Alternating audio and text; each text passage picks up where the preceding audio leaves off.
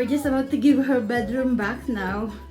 Because poor little girl, she's been sleeping in the floor last night and she cannot wait to get back in her room because she loves her room so much. Yeah, that is actually her old mirror. What I did is I painted it in white and then pink, so it goes really well with the room now. And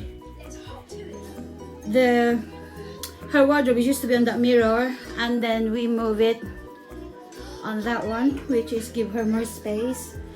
And she got all her stuff is there and more in there, all her books, television, and yes, we're just about to give her room back.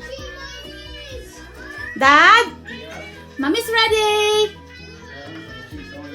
It's all yours. What do you think?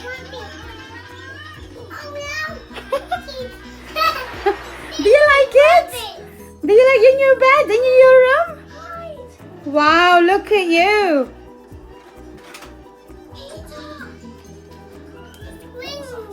Yeah, I know, it's just for the swing for your Peppa Pig playground, I think. What do you think? Are you happy now? No. Not happy. Really, look at that. All your kitchen stuff is all nice and clean. Look at your mirror. Look what Mommy's done in your mirror with your names in it. Is there a lion in there?